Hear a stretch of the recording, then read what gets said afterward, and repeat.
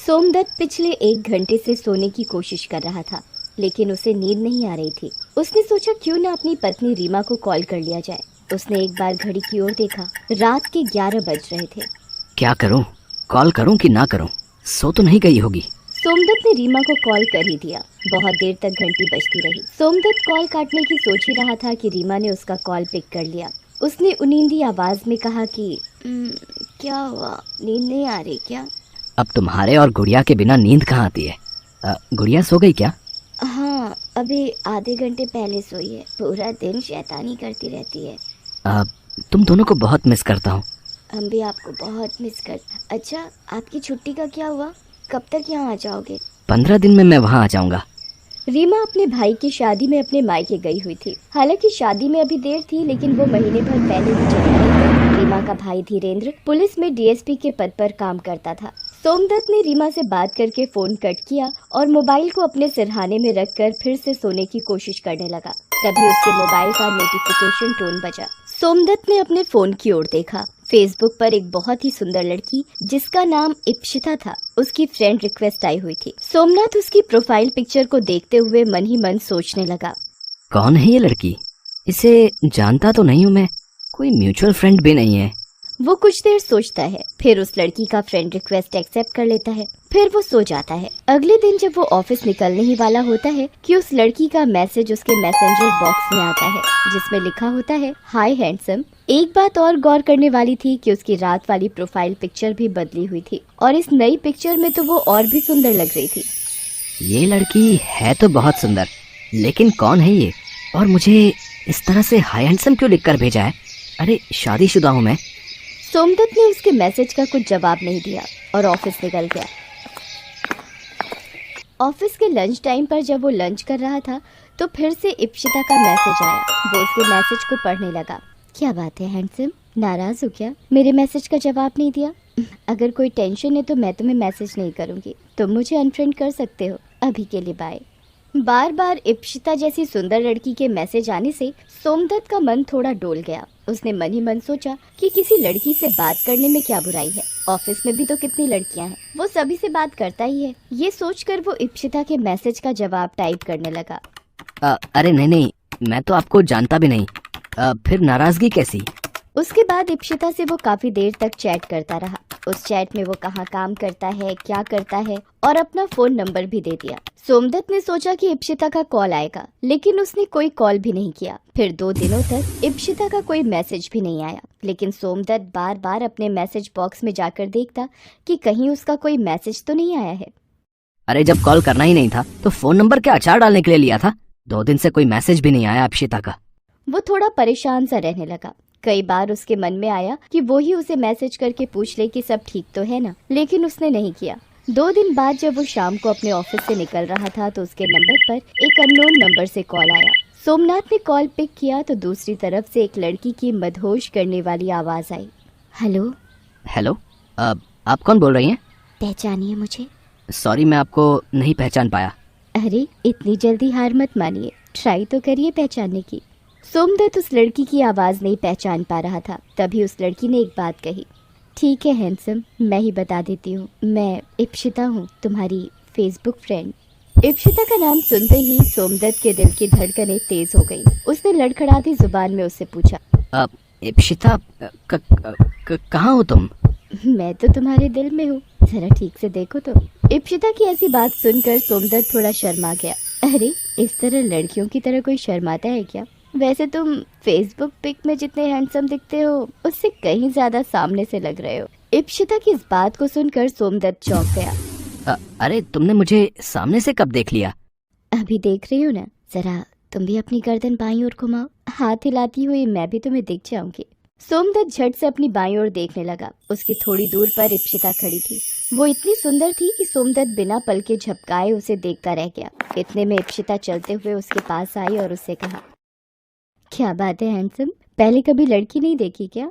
इप्शिता की बात सुनकर सोमदत्त झेप गया। इप्शिता ने ये बात भांप ली और उससे कहा कि यहीं खड़े रहोगे या कहीं कॉफी पीने चलोगे? सोमदत्त इप्शिता को लेकर कॉफी पीने चला गया। उन दोनों ने उस दिन बहुत सारी बातें की। सोमदत्त को कहीं से भी ऐसा नहीं लगा कि वो इप्शिता से पहली बार मिल रहा है। इप्शिता भी पहली ही मुलाकात में उससे बहुत खुल गई थी। फिर तो वो हर दिन मिलने लगे। उनके बीच में करने को इतनी बातें होती कि वो कभी खत्म ही नहीं होती। रात को भी वो घंटों बातें करते रहते। उनकी बात खत्म होने के बाद रीमा का कॉल आता तो वो रीमा को बोलता कि आजकल काम का बहुत प्रेशर है, क्लाइंट से बात करनी होती है। एक दिन की बात है, रात के 10 बज रहे थे। तभी हर रोज की तरह इप्शिता का कॉल आया। हेलो सोम, तुमसे एक बात कहनी थी, लेकिन कैसे कहूँ समझ नहीं आ रहा है। लगता है तुम मुझे अपना नहीं समझती, तभी बोलने में संकोच कर रही हो। अरे नहीं नहीं सोम, तुमसे ज्यादा अपना तो मेरा कोई नहीं है। तो बोलो क्या बात है। उसके बाद इप्शिता ने सोमदत्त से कहा कि आज उसके घर में कोई नहीं है और उसे रात में अकेले में डर लग रहा है। अगर तुम इस समय आ सकते हो तो आ जाओ। सोमदत्त सोच में पड़ गया। क्या हुआ, नहीं आ सकते? अच्छा रहने दो, मैं मैनेज कर लूँगी। इप्शिता ने ये बात इस अंदाज में और थोड़ा दुखी होकर कही कि सोमदत्त तुरंत तैयार होकर उसके घर पहुंच गया। ये पहली बार था जब सोमदत्त इप्शिता के घर गया था। सोमदत्त को अपने घर देख इप्शिता बहुत खुश हो गई और उसने उसे गले लगा लिया। सोमदत्त को थोड़ा अजीब तो लगा, लेकिन उसे भी इप्शिता का गले लगाना अच्छा लगा, इसलिए उसने कुछ नहीं बोला। थैंक यू सोम, तुम नहीं आते तो पता नहीं आज की रात में अकेले कैसे काटती। अच्छा, तुम कॉफ़ी पियोगे या तुम्हारे लिए कुछ स्पेशल लेकर आऊं? ये कहकर इप्शिता किचन में चली गई। जब वो बाहर आई तो ट्रे में 2 गिलास और ड्रिंक थे। दोनों मिलकर पीने लगे। थोड़ी देर बाद सोमदत्त का सिर भारी होने लगा और वो सो गया। अगली सुबह जब उसकी नींद खुली, सोमदत्त का सिर अब भी भारी लग रहा था। तभी उसकी नजर इप्शिता पर गई, जो लगातार रोई जा रही थी। सोमदत्त ने उससे रोने का कारण पूछा। जब इप्शिता ने कारण बताया तो सोमदत्त का सिर घूम गया। वो थोड़ी देर वहां रुककर अपने घर निकल गया। आज उसका मन किसी काम में नहीं लग रहा था। वो ऑफिस भी नहीं गया। तभी उसके मोबाइल फोन के मैसेंजर में नोटिफिकेशन आया। उसने अनमने ढंग से फोन उठाया। उसके बाद उसने फोन में जो देखा उसे देखकर वो पसीने पसीने हो गया।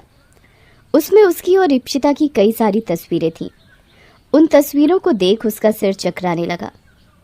वो इप्शिता को कॉल करने ही वाला था कि किसी अनजाने नंबर से उसके पास कॉल आया। कैसे लगी ये तस्वीरें? अगर ये तस्वीरें तुम्हारी बीबी को भेज दूं तो? कौन बोल रहा है? तुम आम खाओ, गुठली मत गिनो। अगर चाहते हो कि ये तस्वीरें तुम्हारी बीवी तक ना पहुंचे तो 1 लाख रुपए तुरंत इस अकाउंट में डालो। 1 लाख? ये तो पहली किश्त है बंधु, और इज्जत बचाने के लिए ये तो कुछ भी नहीं। सोमदत्त बहुत डर गया। उसने डरते डरते इप्शिता को कॉल किया तो इप्शिता ने बोला कि सोम, पता नहीं वो कौन है, लेकिन जो भी है बहुत बदमाश है। उसने मुझे भी कॉल किया और मुझसे भी पैसे मांगे हैं। सोम, पैसे का क्या है, आएगा और चला जाएगा, लेकिन एक बार इज्जत चली गई तो सब खत्म हो जाएगा। सोमदत्त ने 1 लाख रुपए उस आदमी को दे दिए। 1 सप्ताह बाद फिर उससे 30,000 रुपए मांगे गए। 2 दिन बाद फिर से 50,000। सोमदत्त परेशान हो गया। इस बीच उसके साले की शादी की डेट नजदीक आ गई। वो जाना तो नहीं चाहता था, लेकिन रीमा ने उसे जबरदस्ती बुलाया। सोमदत्त वहां भी बहुत परेशान रहता था। रीमा को आखिर समझ नहीं आ रहा था कि उसके पति को क्या हो गया है। सारा दिन वो कुछ न कुछ सोचता रहता। रीमा ने एक बात और नोटिस की थी कि सोमदत्त अपने फोन को 1 मिनट भी अपने से अलग नहीं होने देता। कुछ तो बात जरूर है, ये हमेशा फोन को खुद से चिपकाए हुए क्यों घूमते हैं। एक दिन रीमा ने सोमदत्त को उस ब्लैकमेलर से बात करते हुए सुन लिया। उसे सारी बातें पता लग गई। उसे सोमदत्त पर बहुत गुस्सा आया, लेकिन ये समय उस पर गुस्सा करने का नहीं, उसका साथ देने का था, क्योंकि वो देख रही थी कि उसका पति कितना परेशान है। ये इप्शिता कौन है? इप्शिता? कौन इप्शिता? सोम, झूठ मत बोलिए, मुझे सब पता लग गया है। बस आप सब कुछ सच सच बता दीजिए। रीमा की बात सुनकर सोमदत्त फूट फूट कर रोने लगा और उसे सारी बातें बताई। रीमा ने अपने डीएसपी भाई धीरेन्द्र से सारी बात बताई। आप लोग बिल्कुल चिंता मत करिए, ये ब्लैकमेल करने वाले का गिरोह है जो आजकल इस ढंग से लोगों को फांसता है। और जानते हैं जीजाजी, वो इप्शिता भी उसी गिरोह की सदस्य है। धीरेन्द्र की बात सुनकर सोमदत्त शॉक्ड रह गया। हालांकि उसे भी कभी कभी उस पर शक तो होता था, लेकिन उसने अपनी बातों के जाल में सोमदत्त को इस तरह से फंसा रखा था कि उसे लगता था कि वो बहुत ही सीधी साधी लड़की है। धीरेंद्र ने उन्हें पकड़ने के लिए जाल बिछाया। जल्द ही इप्सिता अपने गिरोह के और सदस्यों के साथ पकड़ी गई। सोमदत्त बार बार रीमा से अपने किए की माफी मांगता। रीमा बार बार उससे कहती कि मैंने आपको माफ कर दिया है। पति पत्नी का रिश्ता विश्वास पर टिका होता है, इसे कभी न टूटने दें। नमस्ते दर्शकों, मेरे वीडियो को लाइक कीजिए, चैनल को सब्सक्राइब कीजिए और बेल आइकन को प्रेस कर दीजिए और बने रहिए हमारे साथ रोमांचक वर्ल्ड में। तो दोबारा मिलते हैं नई स्टोरी के साथ, तब तक अपना बहुत ध्यान रखिएगा। धन्यवाद।